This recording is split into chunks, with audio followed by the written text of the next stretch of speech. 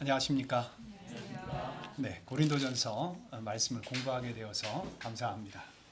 우리 아침에 제가 예배당 입구에서 우리 다니엘을 봤습니다. 다니엘이 지난번에 저한테 뭐라고 그랬냐면 목자님 말씀 참 은혜롭습니다. 그렇게 얘기를 했습니다. 제가 마음이 굉장히 기뻤습니다. 근데 어떻게 생각해 보면 다니엘이 말씀을 이해하기가 참 어려운 말씀이지요. 제가 중학교 2학년 때를 생각해 보니까 제가 성인 예배를 참석했는데 하여간 목사님은 힘차게 외치셨는데 저는 이해를 거의 못했던 것 같아요. 우리 이삭이는 어떠니? 이삭이는 좀 이해가 되니? 안 되지. 이게 이상한 일이 아니에요. 제가 좀 쉽게 해야 되는데 그런 좀 어려움이 있습니다. 그런데 다니엘이 지혜가 있다는 생각이 들었어요. 아니, 그 얘기를 할 수 있다는 건 뭐예요? 인간관계를 참 잘하고 있다는 얘기거든요. 인간관계는 상대방을 존중해 주는 건데 야, 다니엘이 그런 지혜가 있구나. 그리고 내가 지금 못 알아듣지만 앉아 있다는 거는 지혜를 얻고자 하는 사람이다라는 뜻이거든요. 우리 중고등학생들, 특히 중학생들은 메시지가 참 어려울 것입니다. 그렇지만 어느 날 갑자기 하나님이 듣게 하실 것입니다. 또 하나님이 그 깨닫는 지혜를 주실 줄 믿습니다. 그때까지 좀 인내하고 또 잘 안 들리면 졸아도 괜찮아요. 왜냐하면 하나님이 이 가운데 함께 일하시기 때문입니다. 여러분들 안에 하나님이 믿음의 싹들을 지금 심고 계십니다.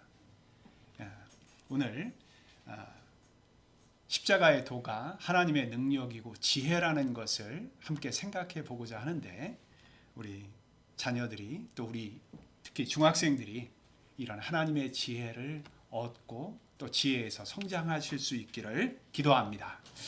오늘 함께 은혜 받을 말씀의 제목은 십자가의 도는 하나님의 능력입니다.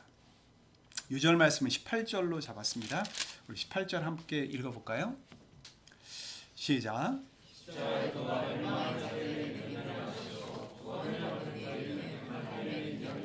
기도하겠습니다. 하나님 아버지, 저에게 고린도전서 말씀을 공부하게 하셔서 감사합니다. 고린도 교회에 있는 여러 가지 문제를 보게 하시고 또 고린도 교회를 돕는 사도 바울의 말씀을 들을 수 있게 도와주십시오. 그래서 현실을 살아가는 우리 이 시대를 살아가는 저희가 이 말씀을 통해 하나님의 지혜를 얻을 수 있도록 도와주시기를 기도합니다. 이 시간 십자가의 도에 대해서 우리가 밝히 깨닫고 이 십자가의 도를 쫓아 살아가는 삶이 되도록 인도해 주시기를 기도합니다. 예수님 이름으로 기도합니다. 아멘. 사도 바울은 글로에의 집에서 온 편지를 읽었던 것 같습니다. 그리고 그 편지를 통해서 고린도 교회의 여러 가지 문제를 알게 되었습니다. 그래서 바울은 고린도 교회의 문제를 해결해 주기 위해 편지를 썼습니다. 그 편지가 바로 고린도 전서입니다. 오늘 말씀인 고린도전서 1장에서 사도 바울은 고린도 교회에 있는 분파 문제를 돕습니다. 오늘 말씀을 통해 십자가의 도란 무엇인가 함께 배우고자 합니다. 그리고 십자가의 도에 있는 하나님의 능력과 하나님의 지혜를 얻을 수 있기를 기도합니다. 18절을 다시 한번 읽어보겠습니다. 시작. 멸망하는 자들에게는 미련한 것이요 구원을 받는 우리에게는 하나님의 능력이라. 십자가의 도란 무엇입니까? 십자가의 도란 십자가의 로고스 이렇게 기록되어 있습니다. 다시 말하면 십자가에 담겨져 있는 하나님의 뜻, 하나님이 하시고자 하시는 일이라고 할 수 있습니다. 여기서 말하는 십자가는 예수님이 못 박혀 죽으신 십자가를 의미합니다. 그러므로 십자가의 도는 예수님이 십자가에 죽으신 것처럼 하나님의 뜻에 순종하여 내가 죽는 것을 말합니다. 그러므로 한마디로 십자가의 도는 뭐냐? 내가 죽는 것입니다. 이 말은 내가 죽기가 그만큼 어렵다는 뜻이겠죠. 저 사람이 죽기를 바라죠. 제가 죽기를 바랍니다. 내가 죽고 싶지 않습니다. 그러면 왜 사도 바울은 십자가의 도를 말할까요? 이는 고린도 교회에 있는 분쟁을 해결하는 그 길이 십자가의 도에 있다는 것을 알기 때문입니다. 11절을 보십시오. 내 형제들아, 글로에의 집 편으로 너희에 대한 말이 내게 들리니 곧 너희 가운데 분쟁이 있다는 것이라. 당시 고린도 교회에는 서로 파벌을 이루어서 싸우는 분쟁의 문제가 있었습니다. 그들은 각각 말합니다. 나는 바울에게 속한 사람입니다. 나는 아볼로에게 속했습니다. 나는 게바에게 속했습니다. 나는 그리스도에게 속한 사람입니다. 분쟁을 한다는 것은 싸운다는 말입니다. 그냥 서로 각자 자신의 다른 사람의 삶을 존중해 주는 것이 분쟁이 아닙니다. 다른 사람은 틀렸고 내가 속한 파가 옳다고 주장하면서 싸우는 것이 분쟁입니다. 가정의 예를 생각해 봅시다. 엄마 좋아하십니까? 아빠 좋아하십니까? 라는 질문으로 엄마 아빠가 나누어 자녀들이 각각 아빠 편, 엄마 편, 주로 엄마 편으로 많이 가나요? 네, 그렇게 싸웁니다. 그러면 어떻게 될까요? 그 집안은 콩가루 집안이 되겠죠? 결국 그 집안은 망하게 될 것입니다. 사도 바울이 십자가의 도를 언급하는 것은 고린도 성도 가운데 어느 누구도 죽으려 하지 않았기 때문일 것입니다. 각자 내 생각이 옳다고 주장합니다. 내 생각이 살아야 하고 내가 중요한 역할을 맡아야 된다고 생각하고 있었던 것 같습니다. 조선시대도 이런 역사가 있지요. 우리가 역사를 공부해 보면 조선시대에 동인과 서인으로 나누어 분쟁을 했지요. 그러다가 동인은 남인과 북인으로 나눠졌고 서인은 노론과 서론으로 나누어져서 싸웠습니다. 이것을 분당 정치라고 합니다. 조선시대 역사를 보면 이러한 분당 정치로 인해서 결국은 조선이 망할 수밖에 없었다는 것을 우리는 역사의 교훈을 얻습니다. 나라가 망할 수밖에 없는데 그 분당 정치에서 우리 조상들은 벗어나기가 어려웠습니다. 인간의 능력과 인간의 지혜로 이런 분쟁 또 분파 문제를 해결하기가 얼마나 어렵다는 것을 보여줍니다. 그런데 이렇게 고린도 교회의 파벌 문제, 분파의 문제가 해결될 수 있는 길을 사도 바울은 제시합니다. 그것은 내가 죽는 것입니다. 두 사람이 싸웁니다. 서로 자기의 생각이 옳다고 주장합니다. 그런데 한 사람이 죽는다면 어떻게 될까요? 그 싸움은 사라지게 될 것입니다. 우리는 흔히 부부싸움은 칼로 물베기라고 말하지만 계속 싸우다 보면 결국 갈라서게 됩니다. 이것이 요즘 우리가 보고 있는 이혼의 문제입니다. 그런데 두 사람 중 한 사람이 가정을 위해 죽는다면 어떨까요? 더 이상 가정은 싸움이 일어나지 않게 될 것입니다. 그런데 문제가 있습니다. 누가 죽어야 됩니까? 누가 목사님, 누가 죽어야 됩니까? 누가가 죽어야 됩니까? 네, 아주 지혜로운 답을. 네, 내가 죽어야 되는데 사실은 내가 죽고 싶지 않습니다. 자존심이 상합니다. 저 사람이 죽으면 해결될 것 같습니다. 우리 부모님 세대를 가만히 보니까 주로 엄마가 죽었던 것 같습니다. 엄마가 참았습니다. 엄마가 죽었습니다. 그래서 비교적 가정이 많이 지켜졌습니다. 그래서 군대에서도 아버지 생각하고 우는 친구들은 없습니다. 그런데 엄마 생각하고 우는 친구들을 많이 봤습니다.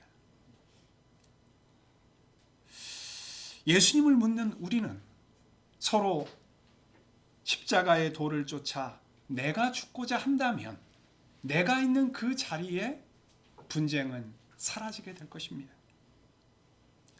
사도 바울도 과거 예수님을 만나기 전 그는 자기 생각이 옳다는 자기 의와 주장을 쫓아 살았습니다. 심지어 그는 자신의 생각이 하나님의 뜻이라고 여겼습니다. 그런데 그가 이렇게 자기가 옳다고 생각하고 자기 뜻을 쫓아 살았을 때 그는 하나님의 뜻을 대적하는 사람이 되었습니다. 십자가의 원수가 되어 예수님을 핍박하는 사람이 되었습니다. 그러나 그가 부활하신 예수님을 만나게 되었습니다. 예수님의 삶을 깊이 생각하는 가운데 그는 십자가의 도가 실제적인 하나님의 능력이라는 사실을 깨닫게 되었습니다. 예수님이 하나님의 뜻에 순종하여 십자가에 못 박혀 죽었을 때 예수님을 통해 하나님의 능력이 나타났습니다. 예수님이 십자가에 죽으셨을 때 사람들은 모든 것이 끝났다고 생각했습니다. 예수님의 제자들도 체념하고 고향에 돌아가 물고기 잡으러 갔습니다. 그러나 예수님은 십자가에 죽으시고 하나님이 사흘 만에 다시 살리셨습니다. 부활하신 예수님을 통해 하나님의 창조의 능력이 나타났습니다. 예수님이 살아나심으로 생명의 능력이 나타나게 되었습니다. 십자가의 도는 생명을 살리는 역사가 일어나는 생명의 능력입니다. 반면 십자가의 도를 쫓지 않는 사람들은 끊임없이 미워하고 싸웁니다. 그래서 십자가 생명의 능력이 아니라 도리어 서로 죽이는 일이 일어납니다.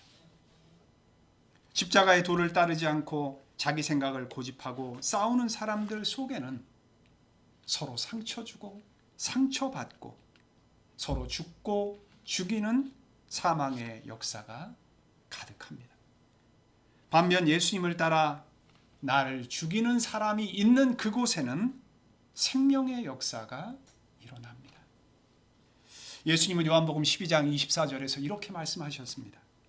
내가 진실로 진실로 너에게 이르노니 한 알의 밀이 땅에 떨어져 죽지 아니하면 한 알 그대로 있고 죽으면 많은 열매를 맺느니라.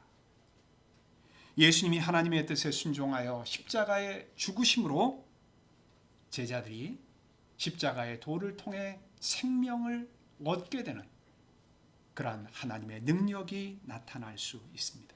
나타날 수 있었습니다. 예수님이 한 알의 밀로 땅에 떨어져 죽으셨을 때 예루살렘으로부터 시작되어 생명의 역사가 아시아와 유럽까지 퍼져 나가게 되었습니다.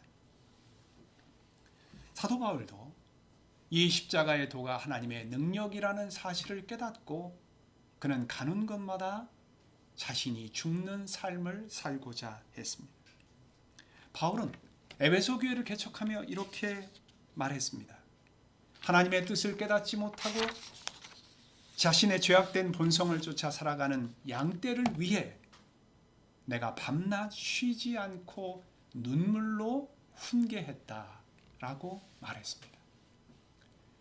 또한 하나님의 말씀에 기초한 영적 권면에 반발하는 사람들을 그는 모든 겸손과 눈물로 섬겼습니다. 그는 얼마든지 호통칠 수 있고 책망할 수 있고 비난할 수 있었습니다. 그러나 그는 그렇게 하지 않았습니다. 도리어 자신이 죽었습니다. 이렇게 사도 바울이 십자가의 도를 쫓아 살았을 때 그를 통해 생명의 역사가 일어났습니다. 사실 바울은 고린도 교회의 개척자였습니다. 그는 고린도 교회에 씨를 뿌린 사람이었습니다. 바울의 이러한 개척 정신, 또 바울의 수고를 아는 사람들이 바울을 따랐을 것입니다. 그리고 아볼로는 바울이 떠난 후에 고린도 교회에 와서 빼어난 학식과 말솜씨로 많은 사람들을 도왔던 지도자였습니다. 아볼로의 메시지는 굉장히 파워풀하고 유창했을 것입니다. 그의 메시지를 들으면 가슴이 뻥 뚫린 것처럼 아주 시원하고 또 분명했을 것입니다.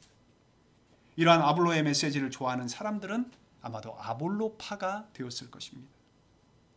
그리고 유대인 성도들은 베드로 곧 게바를 추종했을 것으로 생각됩니다.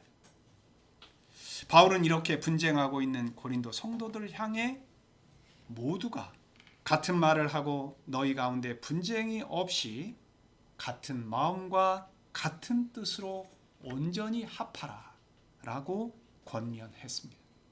합하라는 말은 골절되어 있는, 뼈가 어긋나 있는 그런 상태를 본래의 상태로 맞추라는 의미입니다.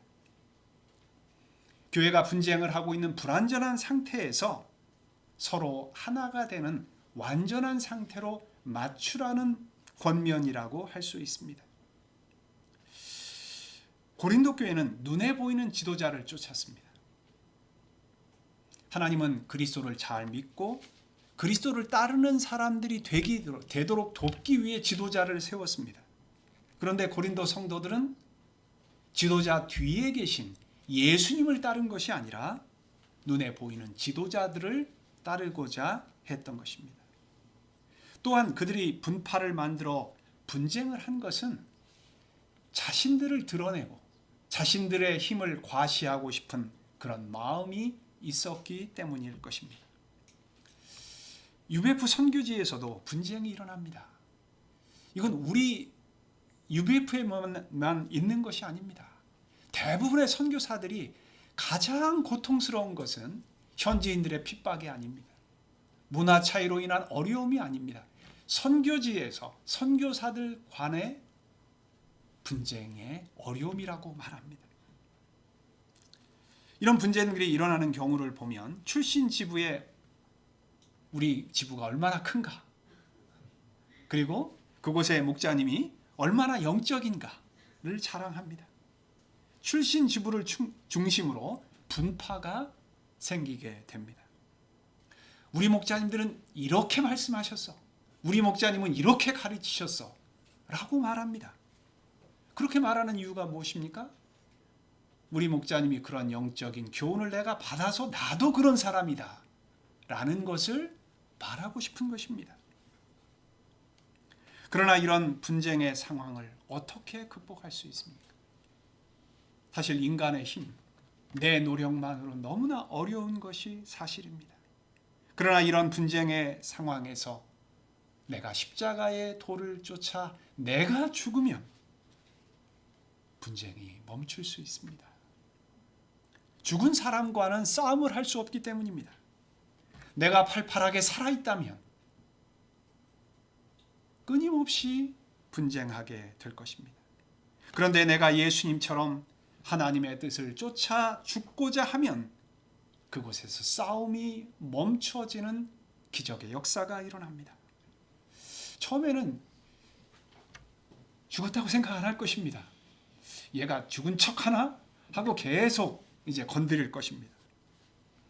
그러나 내가 싸우지 않고 이 상황에 두신 하나님의 뜻이 이루어지기를 바라며 인내하면 어느 순간 죽었다는 것이 확실해지고 그 순간부터 싸움이 멈추게 됩니다. 이렇게 분쟁이 사라지게 되면 교회가 점차 하나 될 수 있습니다. 사람의 지혜와 사람의 말과 능력으로 도저히 할 수 없었던 샬롬이 공동체에 임하게 됩니다. 하나님이 기뻐하시는 기쁨이 충만한 하나님의 공동체가 될 수 있습니다. 한 목자님이 지난주에 저에게 자신이 최근 상담 강의를 듣고 있다고 했습니다. 그런데 상담 강의 대부분이 부부 상담이라고 말을 했습니다. 그는 프로그램을 보면서 왜 이렇게 부부 상담이 많은가? 여러분 어떻게 생각하십니까? 상담 교육을 받으러 갔는데 커리큘럼을 보니까 대부분 부부 상담이에요. 왜 그럴까요? 가장 분쟁이 많은 데가 거기이기 때문이 아닐까요? 가정이 하나 되지 못하고 싸우고 가끔씩 폭발하고 이로 인해서 갈등하고 고통하는 과정이 많기 때문일 것입니다. 자신도 예수님을 믿고 있지만 때마다 싸우고 폭발하고 하는 것이 반복되는 그런 삶을 보면서 이번 상담 교육을 통해서 조금 변화되어야 되겠다는 소망을 갖고 기도하게 되었다고 했습니다. 사실 혼자 살면 이런 갈등이 없습니다. 안 만나면 싸울 일도 없습니다. 그러나 두 사람이 하나가 되는 신비의 능력은 체험할 수 없을 것입니다. 하나님은 우리에게 갈등을 통해 십자가의 도가 하나님의 능력이라는 사실을 깨닫기를 원하십니다. 우리 각자는 사실 갈등 속에 삽니다. 우리 학생들도 친구와 싸우고 집에서는 형제 자매 간에 싸웁니다. 먹는 것 갖고 싸우고 별거 아닌 것 갖고 싸우고 늘 갈등이 있습니다. 회사에서도 실적 문제 때문에 또는 선임자와 후임자가 싸웁니다. 그러나 십자가의 도를 쫓아 살아가는 한 사람이 있을 때 그 공동체 안에 하나가 되는 역사가 일어나게 됩니다. 가정이 하나가 될 수 있습니다. 갈등하던 친구가 절친으로 바뀌는 놀라운 기적의 역사가 일어날 수 있습니다. 그런데 우리의 힘으로는 어렵습니다. 그러나 십자가의 도가 하나님의 능력, 생명의 능력이라는 사실을 기억하고 내가 예수님을 따르고자 할 때, 내가 죽고자 할 때 성령께서 나를 도우십니다. 내가 죽고 주님의 생명의 능력이 나를 통해 나타나기를 기뻐하시기 때문입니다. 우리 가운데 하나님의 생명의 능력이 나타나기를 소망하며 하나님의 뜻을 쫓아 내가 죽는 십자가의 도를 따르는 저와 여러분이 될 수 있기를 기도합니다. 24절을 다 같이 한번 읽어보겠습니다. 시작. 오직 부르심을 받은 유대인이나 헬라인이나 그리스도는 하나님의 능력이요 하나님의 지혜니라. 사도 바울은 고린도 성도들을 향해 부르심을 받은 자들이라고 말합니다. 부르심을 받았다는 건 뭘 말합니까? 누가 불렀다는 말이겠죠? 누가 부르신 것입니까? 하나님이 그들을 부르셨습니다. 부모님이 여러분들을 부르신 것이 아닙니다. 하나님이 여러분들을 부르셨습니다. 목자님이 나를 부르신 것이 아닙니다.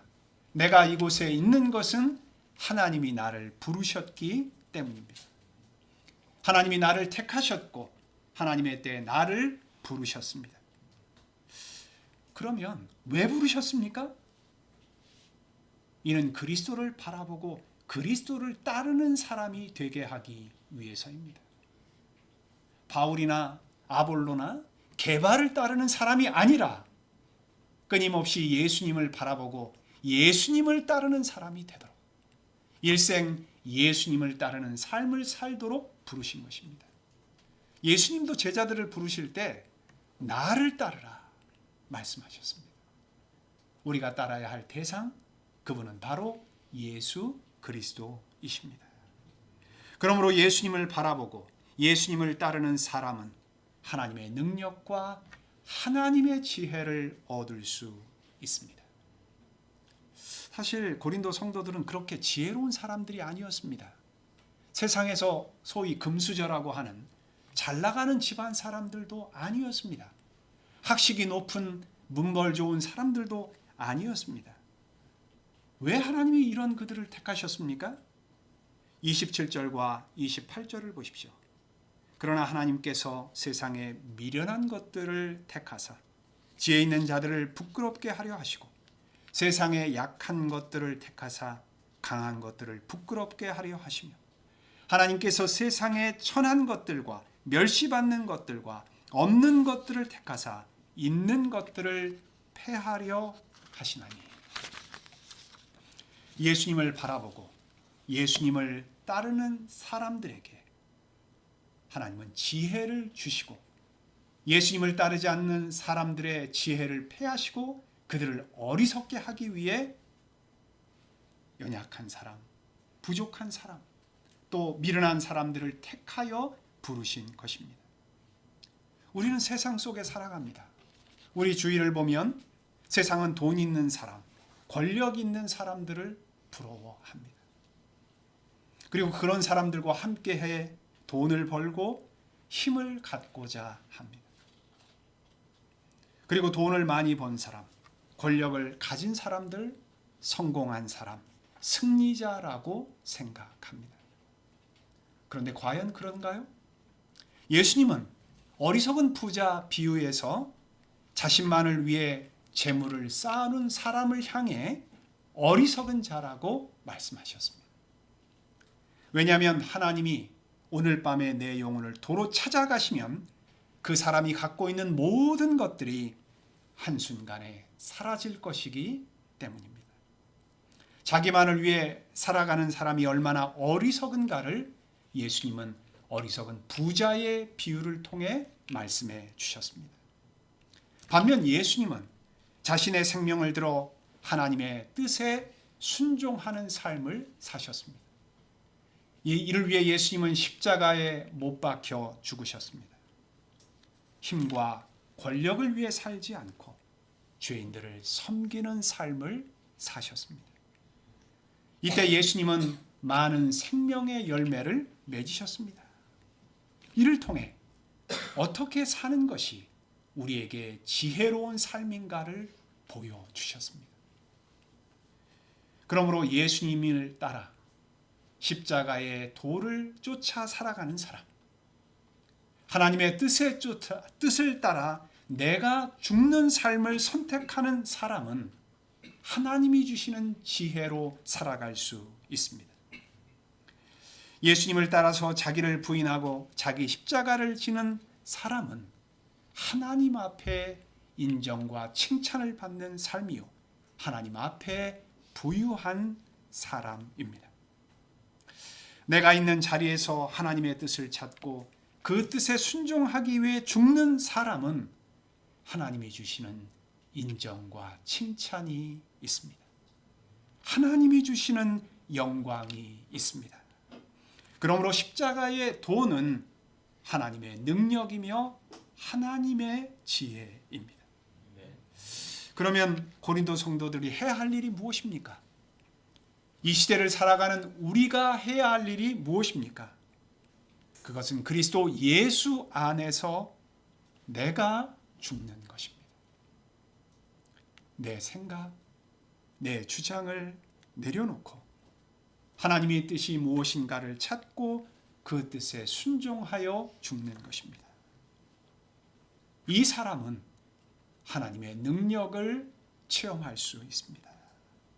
하나님의 지혜를 얻을 수 있습니다. 나를 통해 생명이 살아나는 그런 역사를 볼 수 있습니다. 하나님이 주시는 지혜를 얻을 수 있습니다.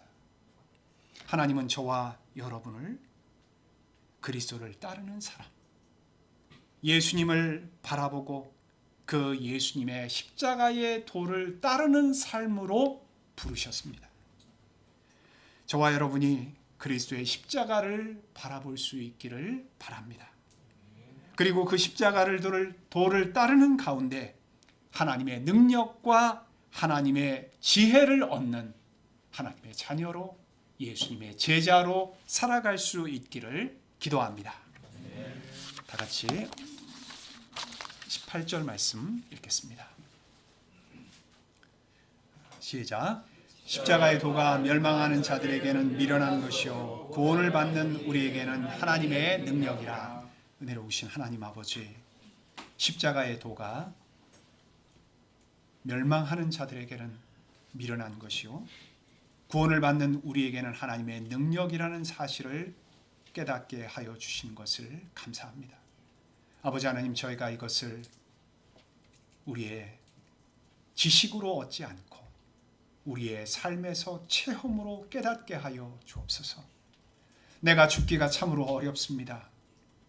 죽는 고통이 있습니다. 내가 손해만 보는 것 같고 때로 바보같이 내가 죽는다는 생각을 하기도 합니다. 그러나 예수님께서 십자가에 못 박혀 죽으심으로 부활의 영광에 이르셨고 수많은 생명을 살리는 생명의 능력을 나타내셨습니다. 하나님 아버지, 저희의 본성으로는 죽기 어렵습니다. 저희의 눈을 들게 하시고 예수님을 바라보게 도와주옵소서.